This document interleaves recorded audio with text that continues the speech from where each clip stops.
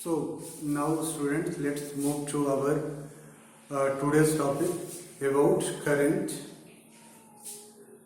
electric current. Okay, so first of all we have to know about what is electric current. Okay, so electric current can be defined as, let me write it on board. Okay, electric current, or it is simply current. So current means what? You can say something flowing. Okay, something flowing, जैसे water current होता है, पानी की धारा. Okay, we also say water current, हवा जो बह रही है. ठीक है, so flow of something is current. And in electricity, what is it? Flow of charge. Okay, flow of charge. So electricity is flow of charge, but electric current is what? Rate of flow of charge in a conductor. Okay, rate of flow of charge in a conductor is called electric current. So we can define electric current as rate of flow of charge in a conductor. Okay, rate of flow of charge in a conductor is called electric current. Now it comes that how the electric charges flow in the circuit. Electric charge circuit में flow कैसे करता है. Okay, so we can say that to make the charges flow in the circuit we should have some external source to provide the charges some force to move in the conductor. Okay, and what is that source? So that source can be a cell, can be a battery. Okay, that means there should be a potential difference. About potential difference you have studied. Okay, what is potential difference? It is the difference between the two ends. It is the difference between the two ends of potentials, electric potentials in the circuit. Okay, so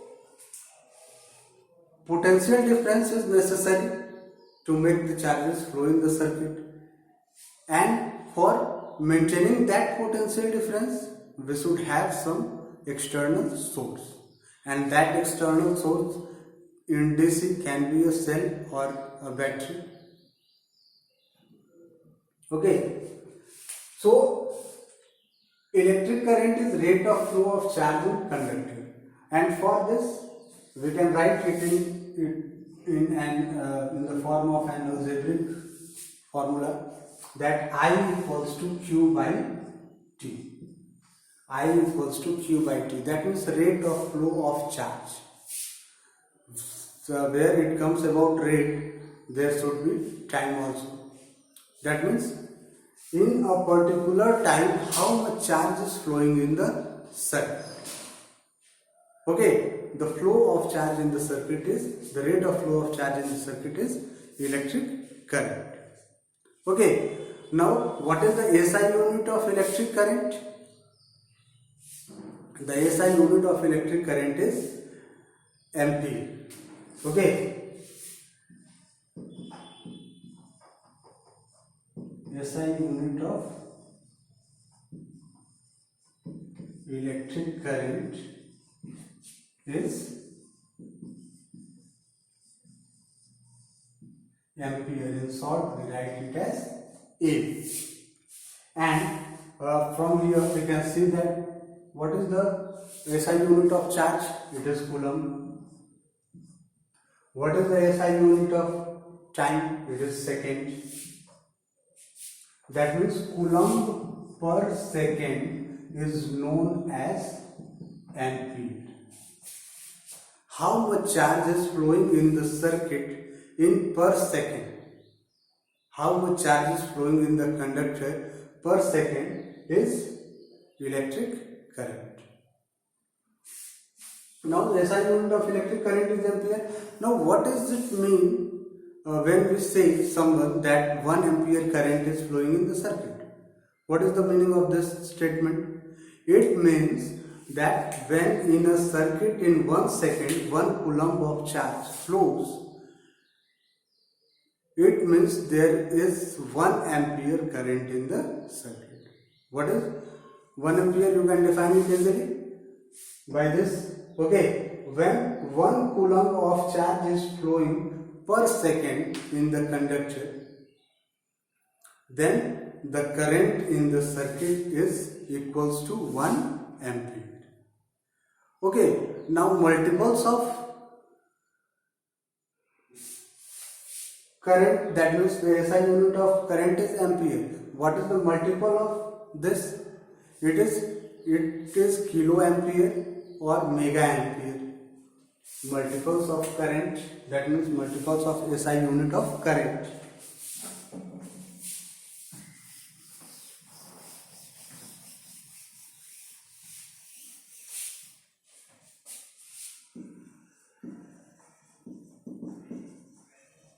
Multiples of SI unit of current is kilo ampere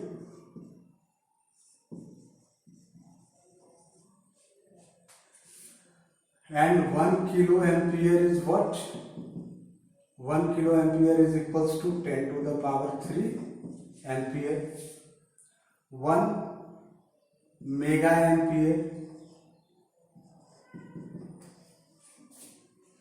what is 1 mega ampere? So it can be 10 to the power 6 ampere. Okay, submultiples. What is submultiples? It is milliampere. So 1 milliampere is equals to 10 to the power minus 3 ampere. Microampere. So 1 microampere is 10 to the power minus 6 ampere. So these are multiples and submultiples of SI unit of current. Okay, and you have to keep this multiples and submultiples in your mind since while solving the problems we have to find the result in ampere. So if the question is given about milliampere or kilo ampere, we have to convert it in ampere, and how we can convert it is very simple. We have to keep these things in our mind. Okay, so these are the multiples and submultiples. Now it comes how we will measure the electric current.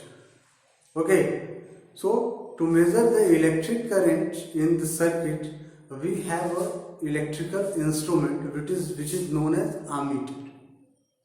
Okay, so ammeter is an electrical instrument by which we can measure the amount of electric current that is flowing in the circuit. Okay, and ammeter is always connected in series with the circuit.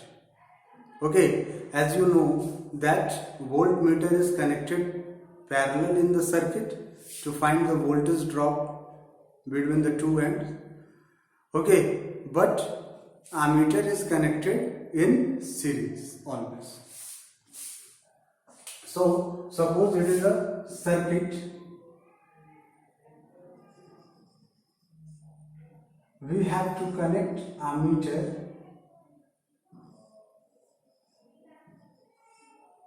always in series in the circuit to measure the electric current in the electrical circuit.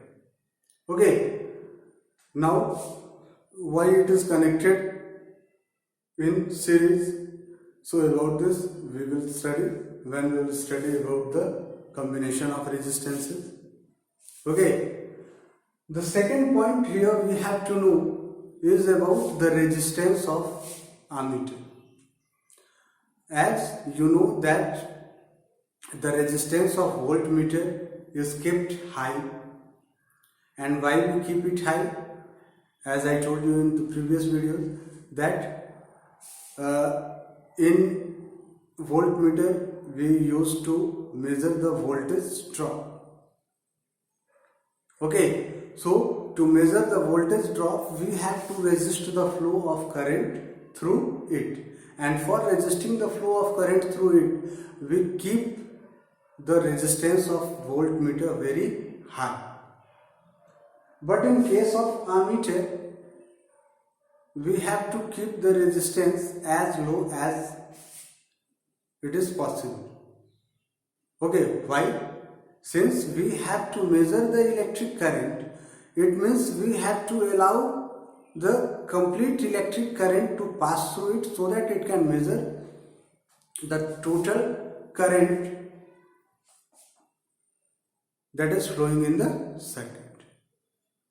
So I think it is clear about current, about SI unit of current, and about the device which is used to measure the magnitude of electric current that is flowing in the circuit.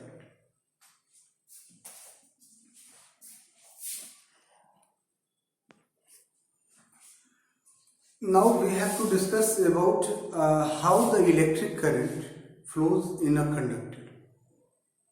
Okay, so we all know that any conductor allow current to pass through it. Why? Due to presence of free electrons in it. An insulator doesn't have free electrons, that's why it does not allow electric current to pass through it. Okay, but a conductor allows it because it has free electrons to pass the current. That means the free electrons of conductors are responsible for flow of electric current in the conductor. Okay, now we have to see that what is the arrangement of electrons when the conductor is not connected to any cell or battery. Okay, so when the conductor is not connected to any cell or battery, the electrons in it, arrangement of electrons in it, how is that arrangement? The free electrons are distributed unevenly in this conductor. That means they are scattered randomly here and there. That means suppose one electron is here, then other one is here. This type of arrangement of free electrons is in conductor. So this is the arrangement of electrons when it is idle. Okay, when the conductor is in idle condition, that means when the switch is open, okay, the electrons are distributed unevenly, scattered. But when it is connected to some source, okay, when some source is connected in the circuit, okay, then the electrons arrange themselves. This is magnified view of conductor. Okay, then electrons arrange them in a straight line. Okay, this time the electrons are scattered. That means when it is an idle condition, it is scattered randomly. Okay, but when it is connected, the flow of electrons, when it is connected to a source, the flow of electrons takes place. And how this flows?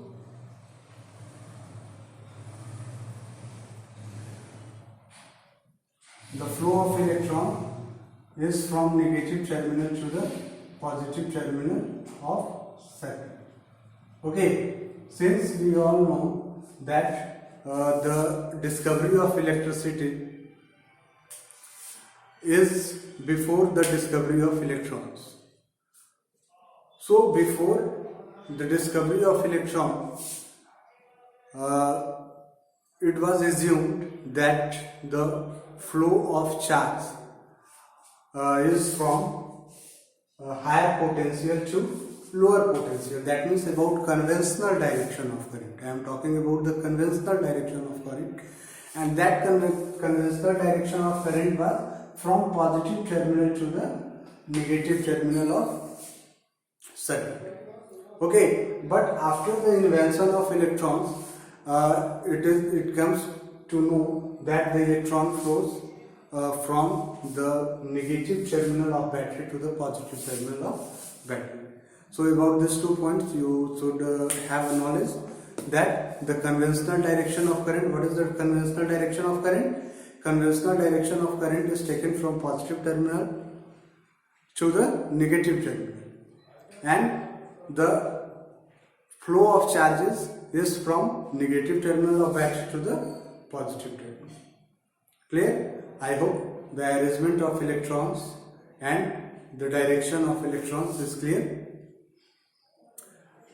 Now let's move to our next topic.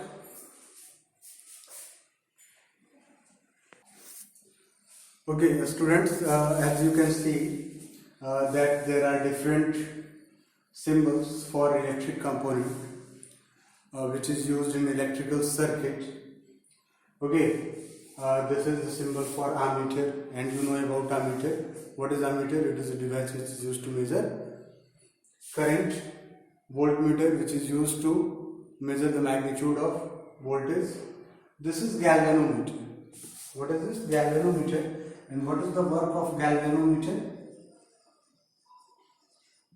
It is a detector.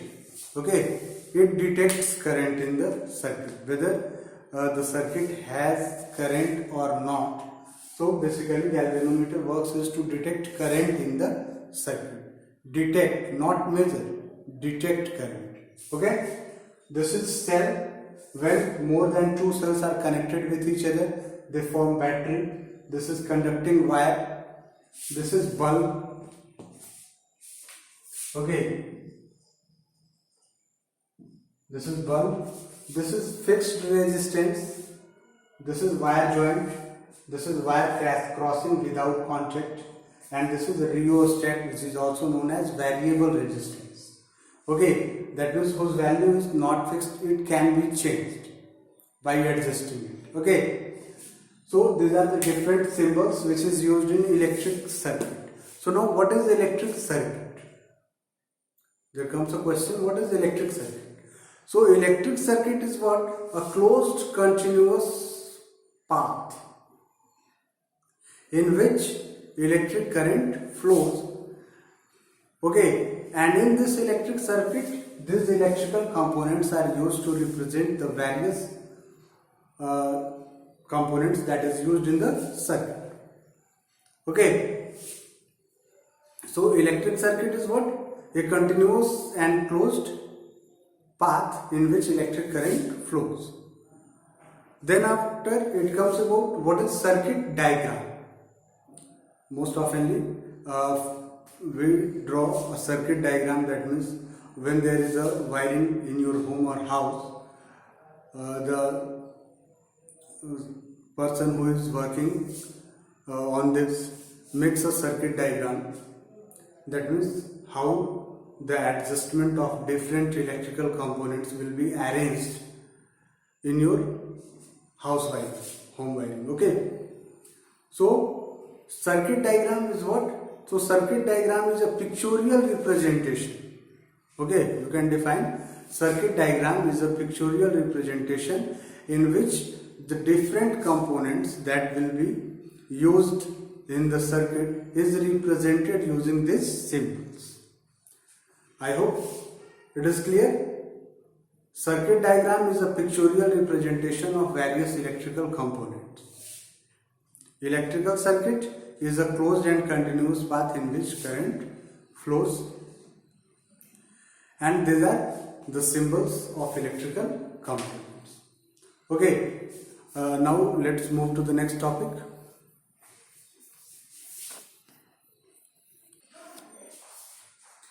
So now students, let us see about relationship between W, V, I, T. Okay, W means work done, V means potential difference, I means current, and T means time. Okay, so let's see how we can represent it with a relation. Okay, so as we know that potential difference, that is V, is equals to what? We know that V is equals to W by Q, work done by charge. That means work done in moving charge from one position to another position. This is the potential difference. Okay, and we write it as V is equal to W by Q. Similarly, about current, what we have studied, that current is rate of flow of charge. So rate of flow of charge, that means we can write I equals to Q by T. Okay, I equals to Q by T. Now from the first equation we can write what? Q equals to W by V. Q equals to W by V, and we can write from here that Q equals to I T. This is equation 1 and this is equation 2. So from equation 1 and 2, from equation 1 and 2, what we can write? We can write that means Q is equal to W by T and Q is equal to IT. So we can write W by V equals to IT. So this is the relation between W, V, I and T. Okay, and this relation will help you in solving the numerical problems based on current, potential difference, work done and charge with time. Okay, so now let's see some of the numerical problem about which we have studied, that means about current, about potential difference we have studied. Okay, now let's see some of the numerical problems.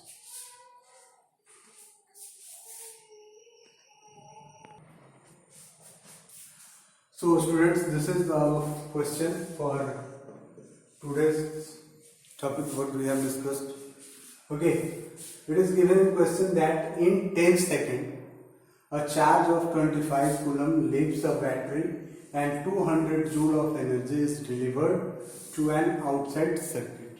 So you have to calculate in the first question that what is the PD across the battery. So simply you can find potential difference.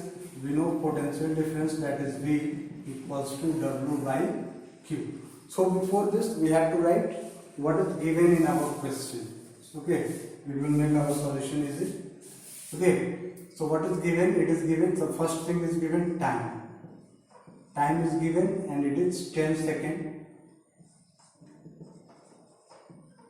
For every question, the first thing you have to do to write down what is given in the question. Time is given, charge is given, charge, that means Q is given. What is Q? It is 25 coulomb. One more thing it is given, work. So work, what is the work? 200 joule. Okay, so these all things are given. We have to calculate potential difference. Now for potential difference, what is the formula for potential difference? It is equals to W by Q. So the W is given 200 and Q is given, it is 25. So what will be result? 25 8s are 200. That means potential difference is 8 volt. Okay, the second question is again what current flows from the battery? So the amount I is equal to, we know that Q by T. And what is Q? Q is 25 coulomb. What is time? Time is 10 seconds. So your answer is 2.5 ampere. Okay, so this is very simple question, and you can do more questions with the help of book. And now I would like to request to all of you to watch the videos till end. आप सभी videos को कम से कम अंत तक जरूर देखें, ठीक है? And I would like to say everyone thank you for watching the video and subscribing the channel. If you are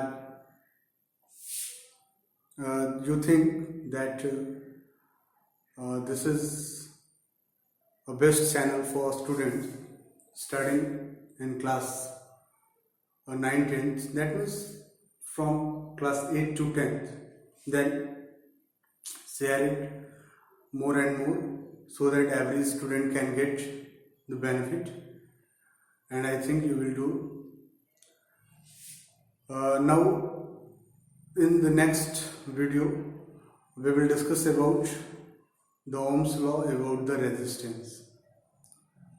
Okay, and also I am going to upload the videos of next topic of maths of class 10, that is about polynomials, very soon.